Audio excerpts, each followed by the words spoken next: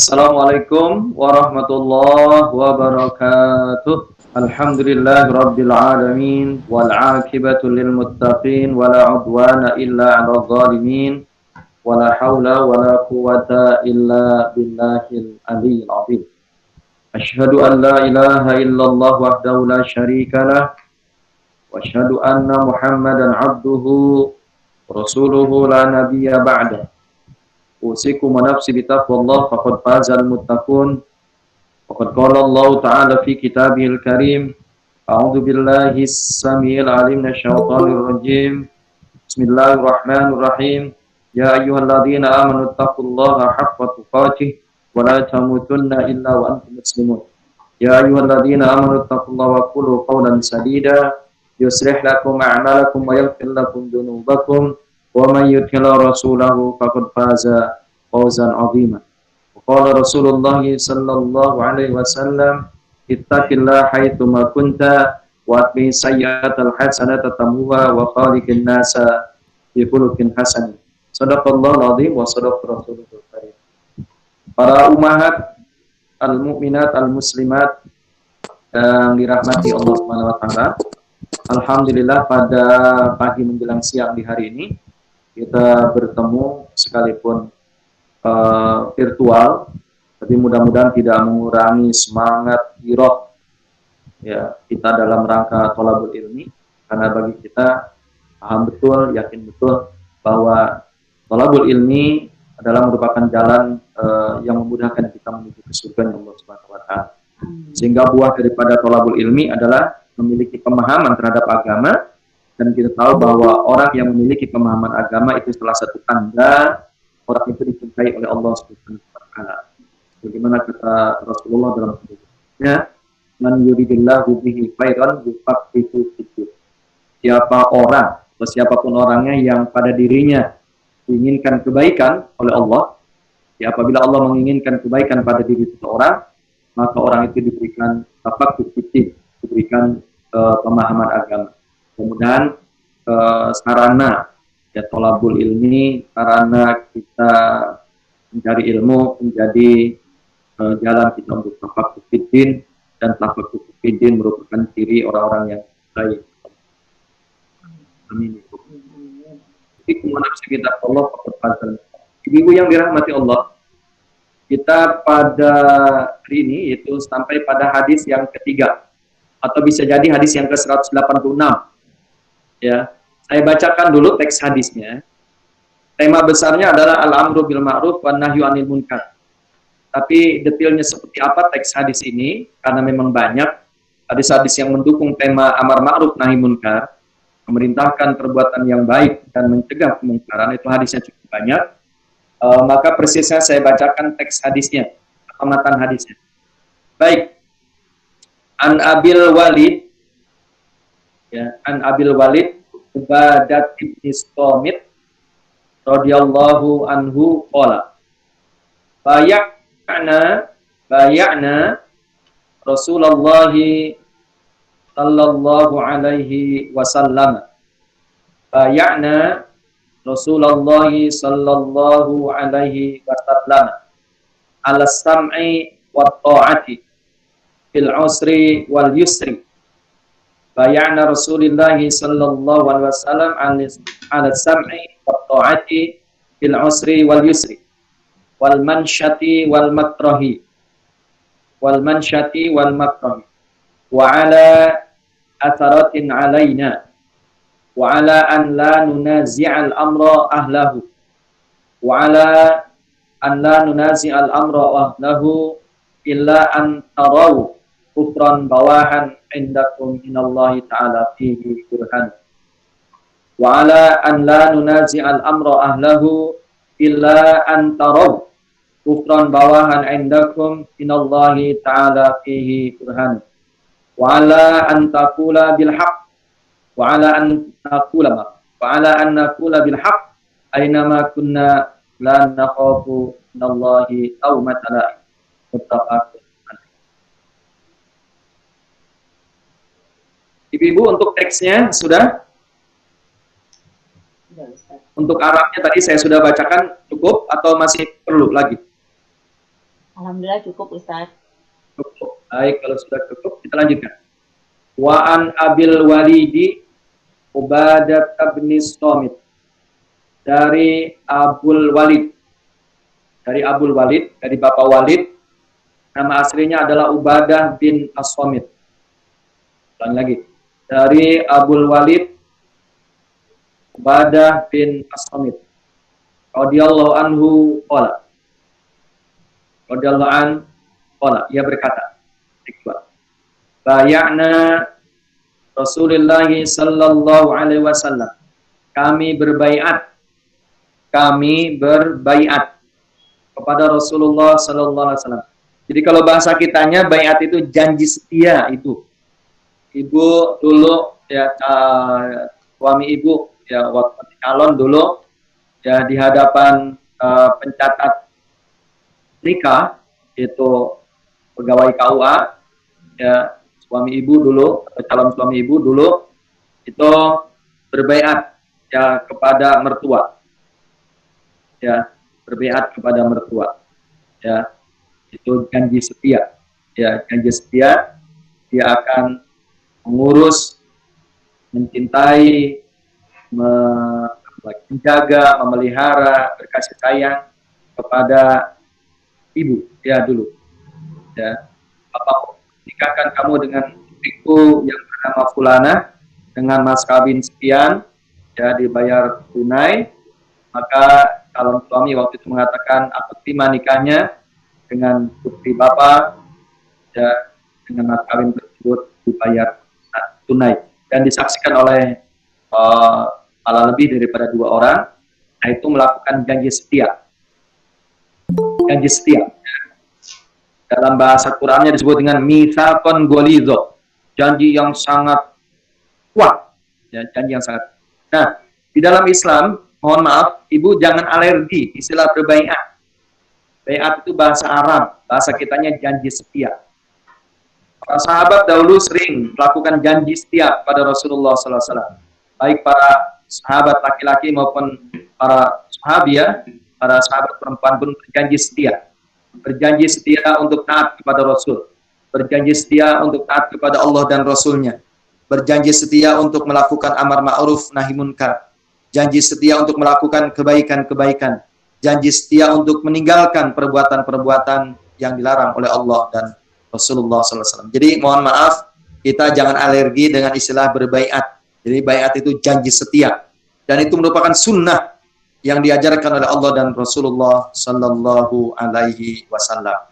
Jadi ketika kita janji setia, apakah itu kepada pemimpin, ya dan lain sebagainya, maka sesungguhnya baiat kita atau janji setia kita kepada pemimpin pada hakikatnya janji setia kita, baiat kita kepada Allah Subhanahu Wa Taala. Maka ketika kita tidak taat kepada pemimpin, maksiat kepada pemimpin, pada hakikatnya kita maksiat kepada Allah Subhanahu Wa Taala. Artinya dosa, ya. Artinya berdosa kepada Allah Subhanahu Wa Taala. Jadi janji setia itu ya malah kalau yang namanya janji bukan kepada pemimpin saja, kepada siapapun kalau yang namanya kita janji itu hutang misalnya. Al-wa'du dainun. Dikata Rasul al-wa'du dainun. Janji itu adalah hutang. Artinya kalau di dunia tidak tertunaikan, maka di akhirat nanti menjadi pertanyaan. Ya akan diperintahkan oleh Allah untuk menunaikan janjinya itu. Baik, kita lanjutkan. Dari Abul Walid, namanya adalah Ubadah bin As-Samit radhiyallahu anhu, ia berkata, bayana Rasulullah sallallahu alaihi wasallam. Kami pernah berbaiat. Ya, apa baiat itu tadi? Janji setia. Kepada Rasulullah sallallahu alaihi wasallam. Kami pernah berjanji setia, berbaiat kepada Rasulullah. Untuk apa? Pertama, alas sam'i wa ta'ah. Ya, alas sam'i wa ta'ah, yaitu untuk mendengar dan taat. Ya, untuk mendengar dan taat. Kami pernah berjanji pada Rasulullah SAW, kami pernah berbaiat pada Rasulullah SAW, yaitu untuk mendengar dan taat. Jadi mendengar apa yang dikatakan Rasulullah SAW. Jadi berusaha untuk mendengarkan apa yang disampaikan oleh baginda Rasulullah SAW. Wa ta'ah, ya, dan juga berusaha untuk taat. Janji setia untuk taat pada Rasulullah SAW.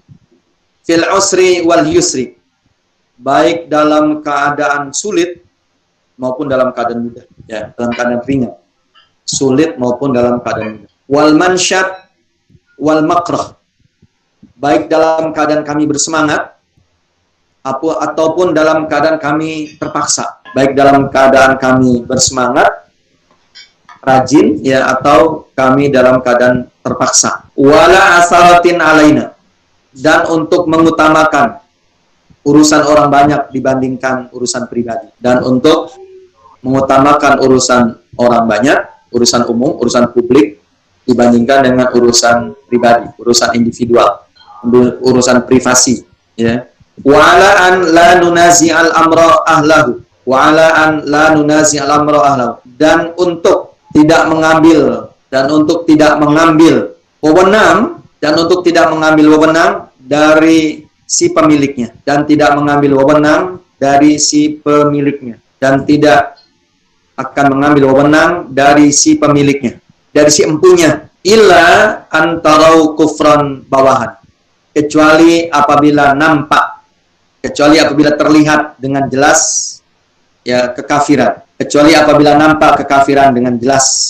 Indakum, menurut kalian, minallahi ta'ala fi burhanun, dan ada alasan yang sangat nyata, dan ada alasan yang sangat jelas, Ulangi lagi. Dan untuk tidak akan mengambil kembali wewenang dari si pemiliknya, dari si empunya, kecuali apabila terlihat kekafiran dengan begitu jelas. Menurut kalian, ya, juga ada alasan yang sangat mendasar, ya, ada alasan yang sangat jelas. Wa'ala an naqula bil haqq aina ma kunna, dan untuk berbicara yang berhak, dan untuk berbicara yang hak di mana saja kami berada. La nakhafu minallahi laumata laim, dan kami tidak akan takut caci makian dari orang-orang yang mencacinya demi Allah, ya, atau karena Allah. Titik. Muttafaqun alaih. Hadis ini muttafaq alaih. Ibu-ibu yang dirahmati Allah, kaitan amar ma'ruf nahi munkar, perhatikan, kaitan amar ma'ruf nahi munkar, kita dimanapun kita berada dan pada kondisi apapun kita harus menegakkan amar ma'ruf nahi munkar, termasuk menjunjung tinggi, ya, kebenaran-kebenaran, dan kita mengatakan benci, tidak suka dengan keburukan. Kita benci, tidak suka dengan keburukan. Nah, dicontohkan oleh para sahabat ketika mereka menjunjung tinggi kebenaran yang disampaikan oleh baginda Rasulullah SAW.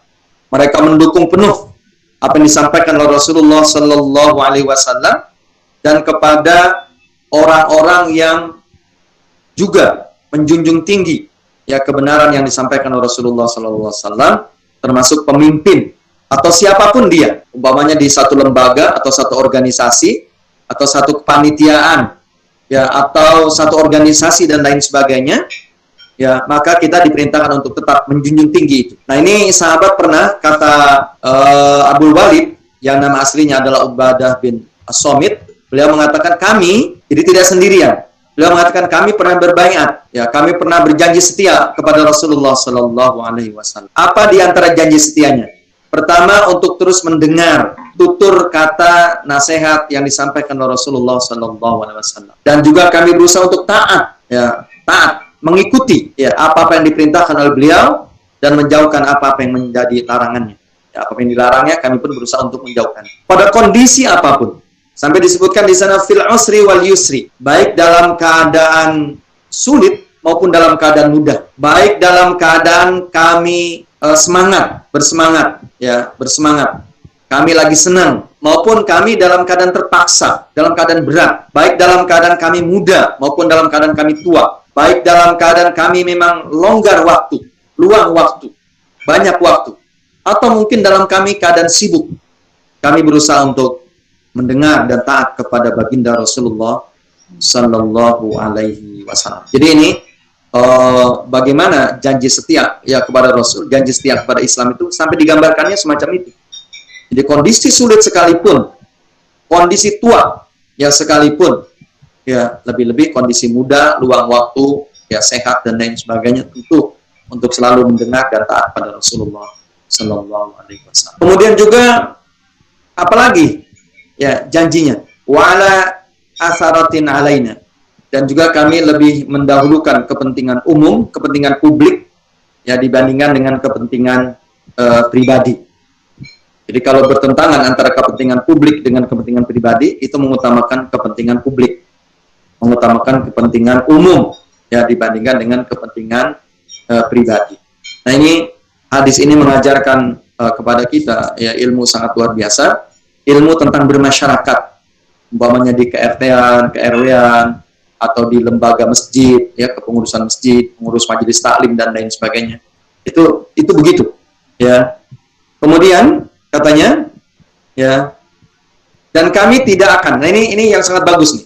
Dan kami tidak akan mencabut kembali atau tidak akan mengambil kembali, yaitu urusan atau wewenang, yaitu dari si pemiliknya. Contoh, ibu-ibu sudah mengangkat, katakanlah seseorang untuk menjadi pimpinan, ya, itu dalam satu pengelolaan, satu organisasi. Maka kita sebagai jamaah, sebagai anggota, kita mesti taati dia. Nggak boleh di tengah jalan, ya, karena tidak setuju dengan programnya, lalu kita mbalelo atau kita mengambil mandat itu. Jadi tidak boleh. Ini bagus, ya. Jadi selesaikan, ya, biarkan dia sampai menyelesaikan pekerjaannya, sampai dia masa jabatannya berakhir, begitu. Jadi tidak boleh orang itu dimakzulkan di tengah jalan, diambil kembali mandatnya di tengah jalan, itu nggak boleh. Ya, itu tidak boleh. Itu yang dimaksud dengan wa'ala an la nunazi al-amra ahlahu. Jadi sahabat waktu itu janji kepada Rasulullah, janji setia pada Rasul, tapi sesungguhnya janji setia juga kepada pemimpin-pemimpin berikutnya. Berikutnya kepada Abu Bakar, kepada Umar, Utsman, Ali, dan lain sebagainya. Sepeninggal Rasulullah SAW, sahabat berusaha untuk tidak mengambil kembali mandat itu setelah mandat itu diberikan, ya, kepada Abu Bakar atau kepada Umar atau kepada Utsman atau kepada Ali. Dan ini juga pelajaran kepada kita, begitu pula kita, ya, kepada ketua organisasi, kepada pimpinan organisasi, kepada pimpinan satu kepanitiaan, itu nggak boleh kita mengambil mandat kembali di tengah jalan. Ini bagus nih. Ya, jadi biarkan dia menyelesaikan, ya, sampai berakhir. Ya, tidak boleh diberhentikan di tengah jalan. Nah, tapi ya karena manusia itu tidak maksum dari kesalahan, ada batasannya. Apa kata Rasulullah? Ya, yaitu illa, kata Nabi, kecuali antarau kufran bawahan. Kecuali kamu lihat, katanya ada kekafiran yang betul-betul jelas kamu lihat. Jadi ternyata pemimpin itu yang kamu tadi sudah angkat dia menjadi pemimpin, kamu sudah setujui dia sebagai pemimpin, kamu sudah angkat dia sebagai ketua organisasi, kamu sudah angkat dia sebagai ketua panitia dan lain sebagainya.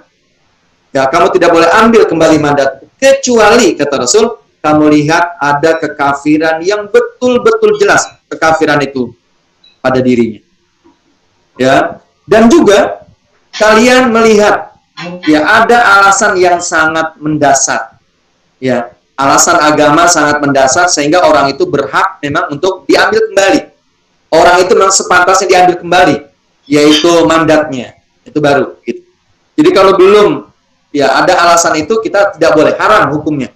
Jadi mengambil kembali ya mandat itu, ya, kecuali ada alasan yang dibenarkan. Tadi alasannya pertama melihat kekafiran pada dirinya pimpinan itu. Yang kedua adalah ada alasan yang sangat mendasar, ya, tentu menurut argumen agama, ya, menurut alasan agama. Berikutnya lagi, apa janji setia? Ya, para sahabat pada waktu itu, dan tentu ini pelajaran yang sangat berharga bagi kita, yaitu wa'ala an naqula bil haq aina ma kunna. Dan kami akan terus berkata yang hak. Kami untuk terus berkata yang benar di mana saja kami berada.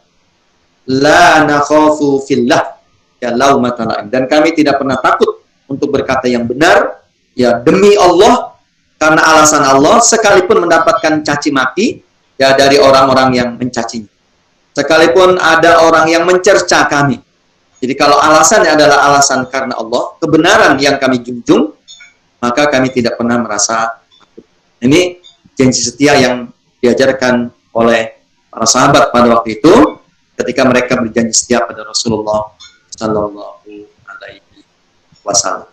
Nah, ini kaitannya tadi dengan tema kita amar ma'ruf nahi munkar, itu selalu bertutur kata yang benar, ya, di mana saja kami berada, ya, dan kami tidak pernah merasa gentar, khawatir, takut ya sekalipun mendapatkan cercaan, caci maki demi kepentingan Allah Subhanahu wa taala.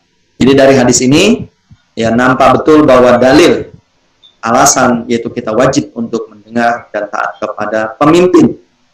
Ya, wajib taat kita kepada pemimpin ya sekalipun pemimpin itu ya katakanlah kurang beres lah.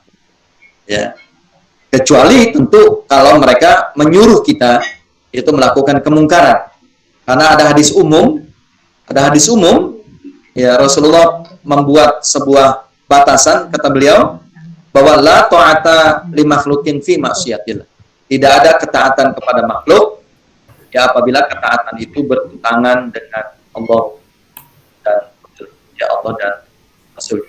Karena taat kepada pemimpin pada hakikatnya taat kepada Rasul, dan taat kepada Rasul pada hakikatnya taat kepada Allah.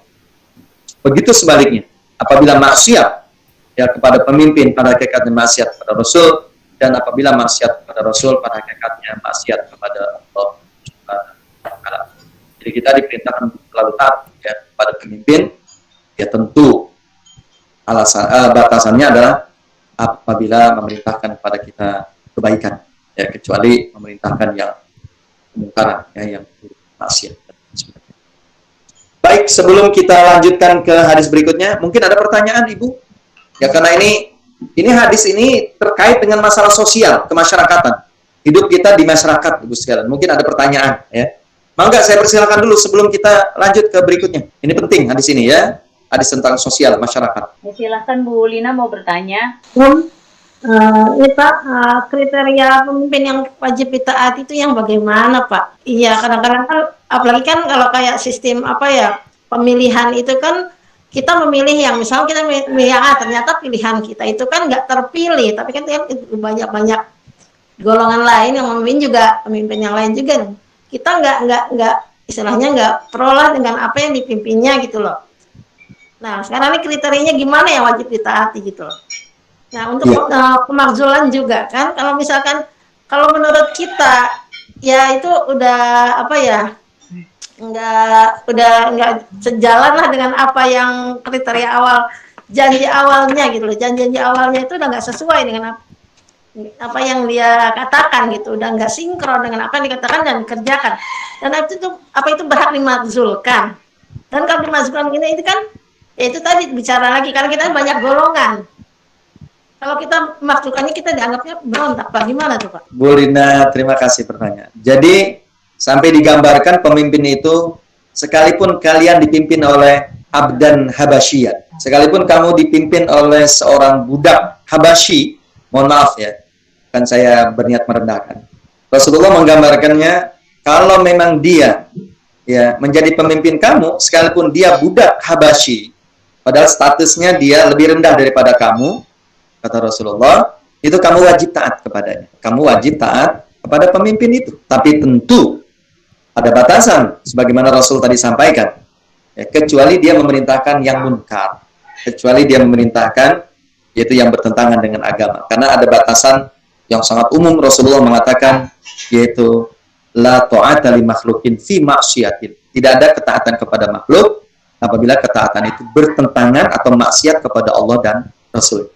Jadi pertanyaan Bu Lina tadi, sekalipun kamu tidak setuju dengan pemimpin itu, tapi karena secara demokrasi ternyata pemimpin itulah yang akhirnya muncul, dialah yang tampil sebagai pemimpin, ya itu kita wajib taat. Tapi tadi ada batasannya, yaitu apabila ketaatannya itu tidak bertentangan dengan kepentingan Allah dan Rasulnya.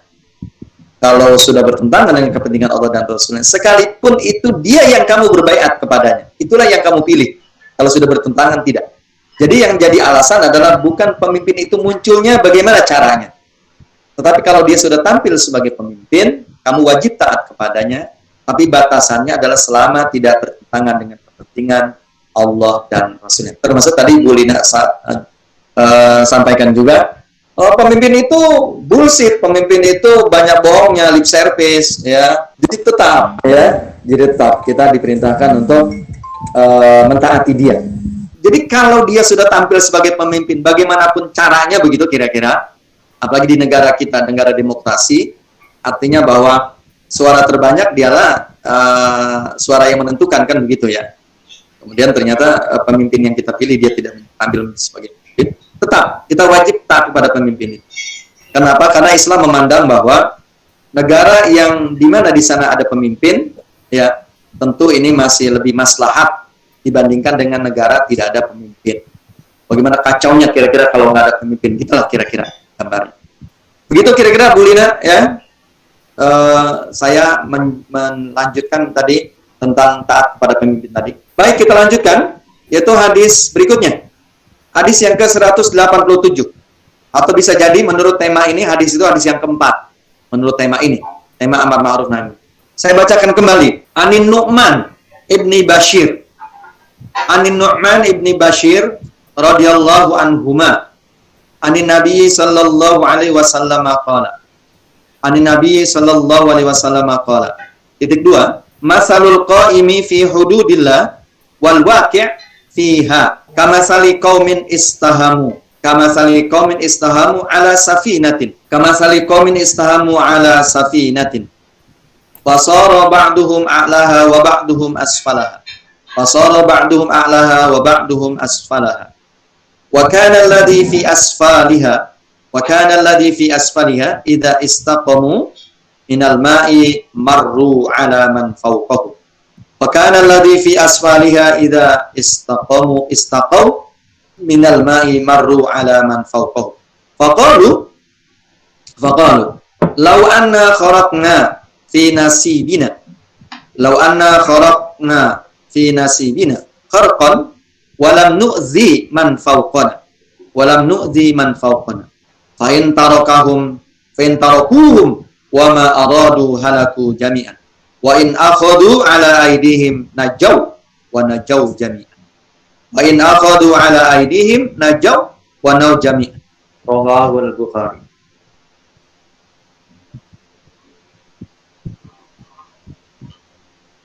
Ya. Ar-Rabi yang keempat. Anin Nu'man ibni Bashir, dari Nu'man bin Bashir radhiyallahu anhu. Dari Nu'man bin Bashir radhiyallahu anhu.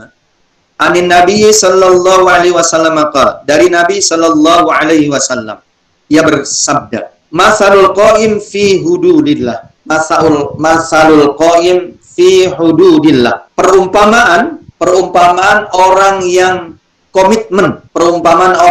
komitmen, pada aturan-aturan Allah. Wal waqi' fiha, dan orang yang tidak mau tahu ya terhadap aturan Allah. Dan orang yang tidak mau tahu dengan aturan-aturan Allah. Perumpamaan atau umpama ya, orang yang komitmen pada aturan-aturan Allah dan orang yang tidak mau tahu dengan aturan. Kamasali qaumin, yaitu seperti halnya suatu kaum atau masyarakat. Istahamu ala safinatin, mengikuti undian untuk naik ke atas perahu. Fasara ba'dum a'laha wa ba'duhum asfalaha. Maka sebagian mereka ada di atas, di bagian atas, dan ada sebagian mereka di bagian bawah. Jadi kira-kira perahunya itu terbagi dua gitu Bu. Jadi ada yang di lantai atas, ada yang di lantai bawah. Begitu maksudnya. Wa kana alladhi min asfaliha idza istaqaw minal ma' marru ala man fawqahu. Apabila orang-orang yang di bawah ingin mengambil air, mereka harus melewati orang-orang yang ada di bagian atas. Mereka harus melewati orang-orang yang ada di bagian atas. Mereka akan melewati orang-orang yang ada di bagian atas.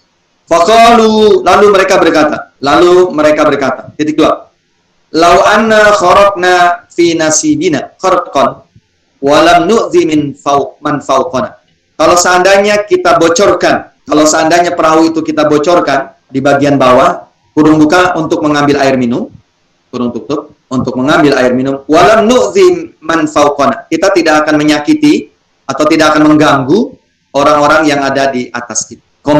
Maka jika fa'in tarakuhum wa ma aradu halaku jami', maka jika masing-masing mereka membiarkan ada orang yang ingin membocorkan perahu, kurung buka, binasalah seluruhnya, kurung tutup. Wa in akhadhu ala aidihim najaw wa nau jami'. Jika seandainya ada orang yang mencegahnya, maka selamatlah seluruhnya. Kurung buka hadis riwayat Al-Bukhari. Hadis yang keempat ini tidak kalah bagusnya, artinya pelajaran sangat bagus, ya sangat berharga untuk kita seluruhnya, ya dalam kehidupan kita bermasyarakat, dalam hidup kita berbangsa, bernegara, ya, sebagaimana digambarkan oleh Rasulullah Sallallahu Alaihi Wasallam. Jadi kita hidup bermasyarakat ini, kita hidup bersama-sama, kita hidup di ruang publik ini.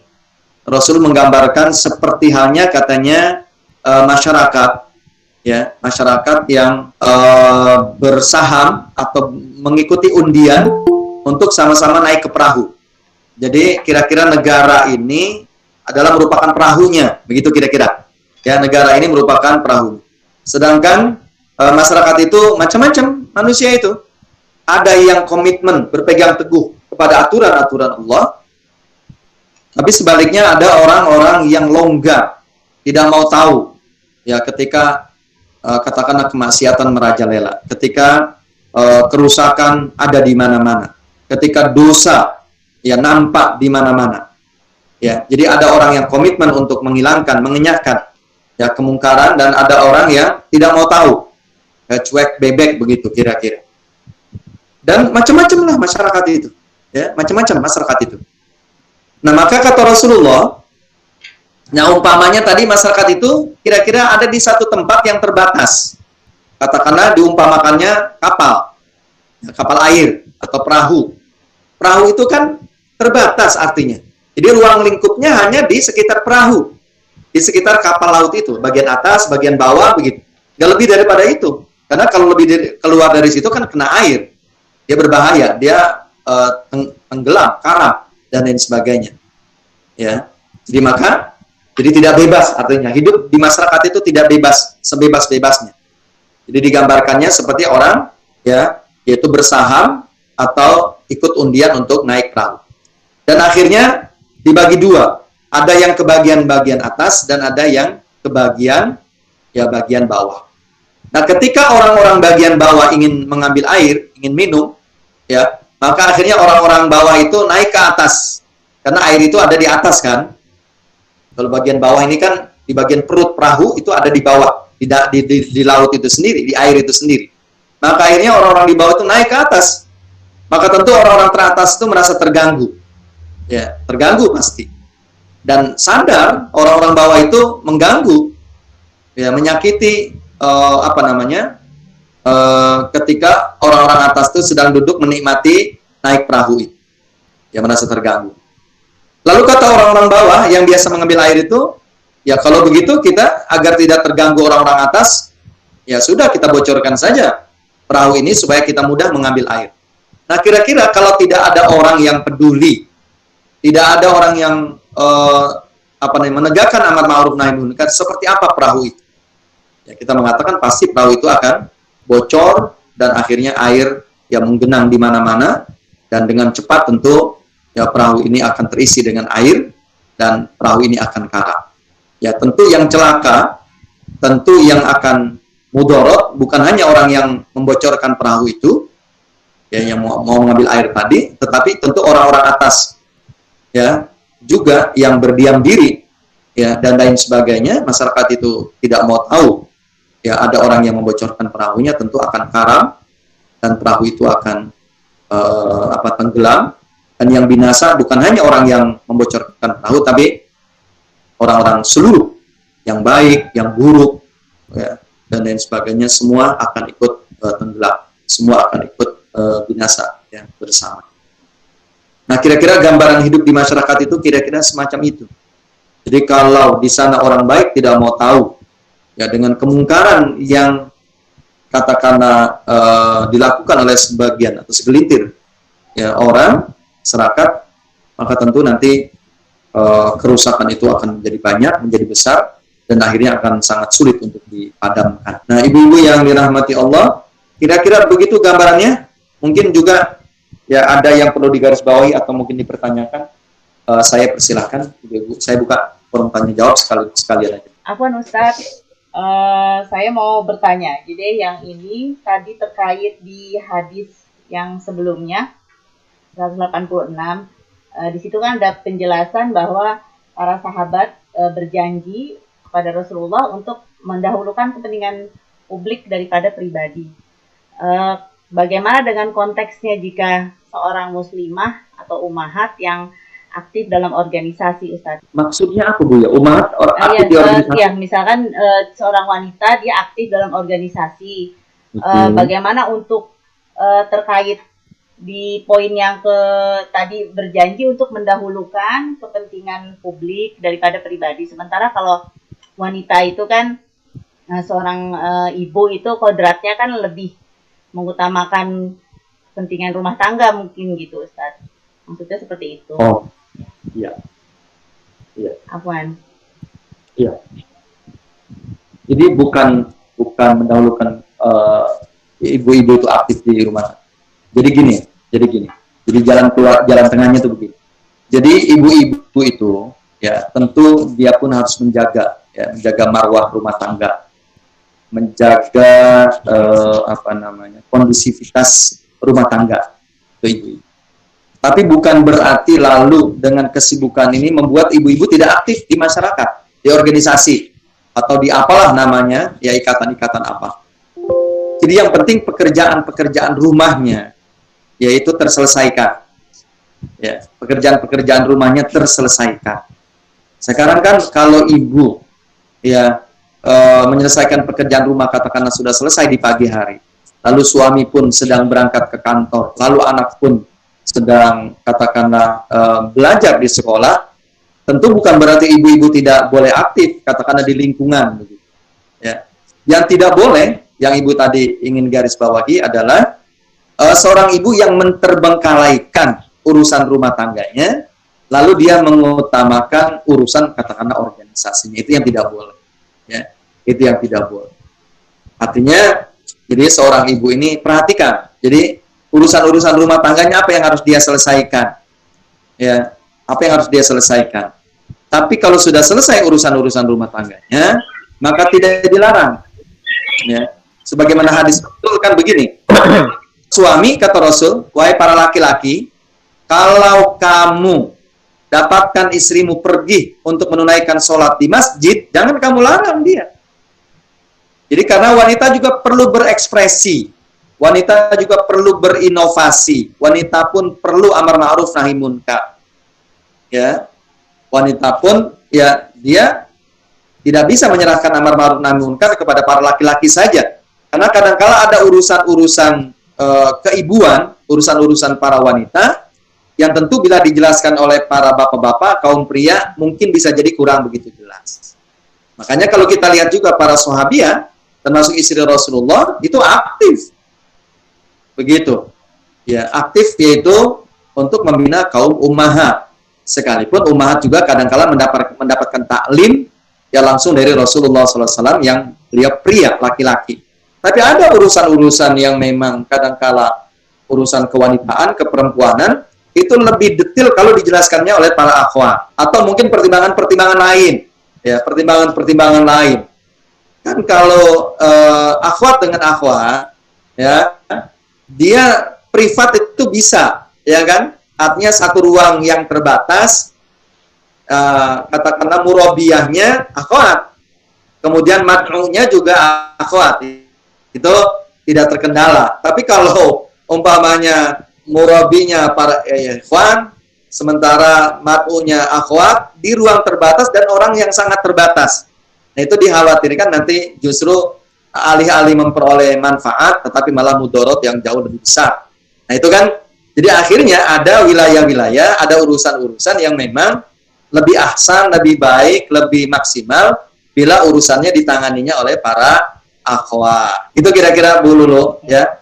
Jadi tetap para akhwat, para wanita tidak boleh dilarang. Artinya dia diperbolehkan, dipersilakan, yaitu untuk aktif dalam urusan-urusan sosial kemasyarakatan, dia ikut. Jadi tidak boleh, wahai para bapak, untuk membatasi mereka, ya, sehingga mereka betul-betul ya itu hadis baik-baik wanita itu sholat di rumahnya, baik-baik wanita sholat di kamarnya sendiri. Rasa saya tidak plok. Begitu saja hadis itu dipahami, karena ada hadis lain Itu wahai para bapak-bapak, pria, suami, kata Rasul, apabila suami istrimu dia mau melakukan sholat berjamaah di masjid, jangan kamu larang. Tentu nanti di sini ada aturan-aturan. Contoh, tidak memakai parfum yang membuat para laki-laki yang ketika lewat di tempat itu membuat fitnah. Itu yang aturan-aturan yang tidak boleh dilanggar oleh para. Itu kira-kira jalan keluar para akhwat yang juga aktif. Alhamdulillah, syukron Ustaz. Penjelasannya Alhamdulillah. Syukron.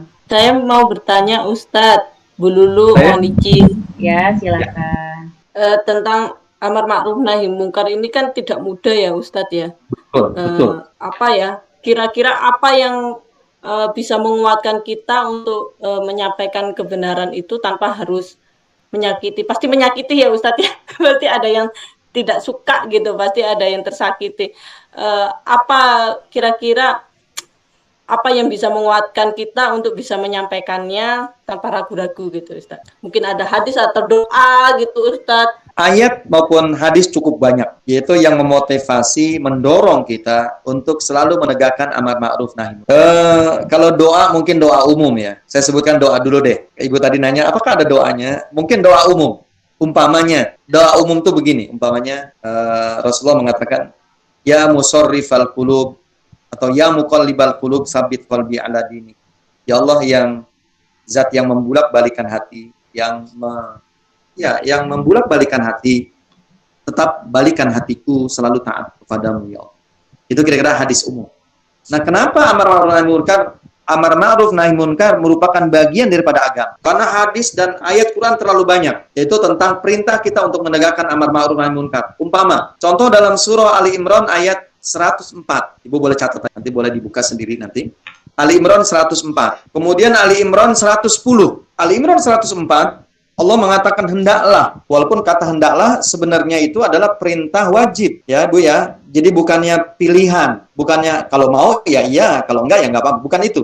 Tapi sesungguhnya ya, itu bahasa hendaklah menurut bahasa Indonesia. Sesungguhnya itu adalah perintah. Kata Allah, hendaklah ada di antara kalian yaitu segolongan orang yang menegakkan amar ma'ruf nahi munkar. Itu satu. Ayat 110-nya Allah mengatakan bahwa kuntum khaira ummah ukhrijat linnasi ta'muruna bil ma'rufi wa tanhauna 'anil munkar wa tu'minuna billah. Kata Allah bahwa kalian ini kaum mukminin, kaum mukminat, ya mukminin, muslimat, ya. Kata Allah, kalian sengaja oleh Allah dikeluarkan ya, yaitu kepada manusia untuk memerintahkan yang baik-baik, memerintahkan yang ma'ruf dan mencegah kemungkaran-kemungkaran dan beriman pada Allah. Jadi umat Islam itu dikatakan sebagai umat yang terbaik itu karena apa? Karena umat Islam itu selalu menegakkan amar ma'ruf nahi munkar. Nah, menegakkan amar ma'ruf nahi munkar itu bukan hanya kepada kaum muslimin, kepada siapapun diperintahkan amar ma'ruf nahi munkar. Masa iya ada di lingkungan kita orang melakukan kejahatan, masa kita diam saja? Sekalipun dia mungkin bukan umat Islam. Jadi tetap kita katakan bahwa itu adalah salah. You salah. You tinggalkan. You jangan lakukan di sini. Dan lain sebagainya. Nah, itulah umpamanya amar ma'ruf nahi munkar. Jadi umat Islam dikatakan umat terbaik itu karena melakukan amar ma'ruf nahi munkar. Itu yang kedua ya. Yang ketiga, saya lupa ayatnya. Allah mengatakan begini, "Wa man ahsanu qaulan wa man ahsanu qaulan mimman da'a ila Allah wa amila sholihan." Siapakah orang yang tutur katanya terbaik? Siapa orang yang tutur katanya bagus? Siapa orang yang ucapannya terbaik dibandingkan dengan orang-orang yang memerintahkan yang ma'ruf dan mencegah kemungkaran? Orang-orang yang mengajak orang lain ke jalan Allah. Itu ayat berikut. Yang keempat, ada ayat lain, umpamanya. Saya lupa ayatnya. Kira-kira bunyinya begini. Allah telah melaknat orang-orang Yahudi dan orang-orang Nasrani dulu melalui lisan Nabi Daud alaihi salam. Ya. Allah Subhanahu wa taala melaknat orang-orang Yahudi dan orang-orang Nasrani melalui lisannya Nabi Daud alaihi salam.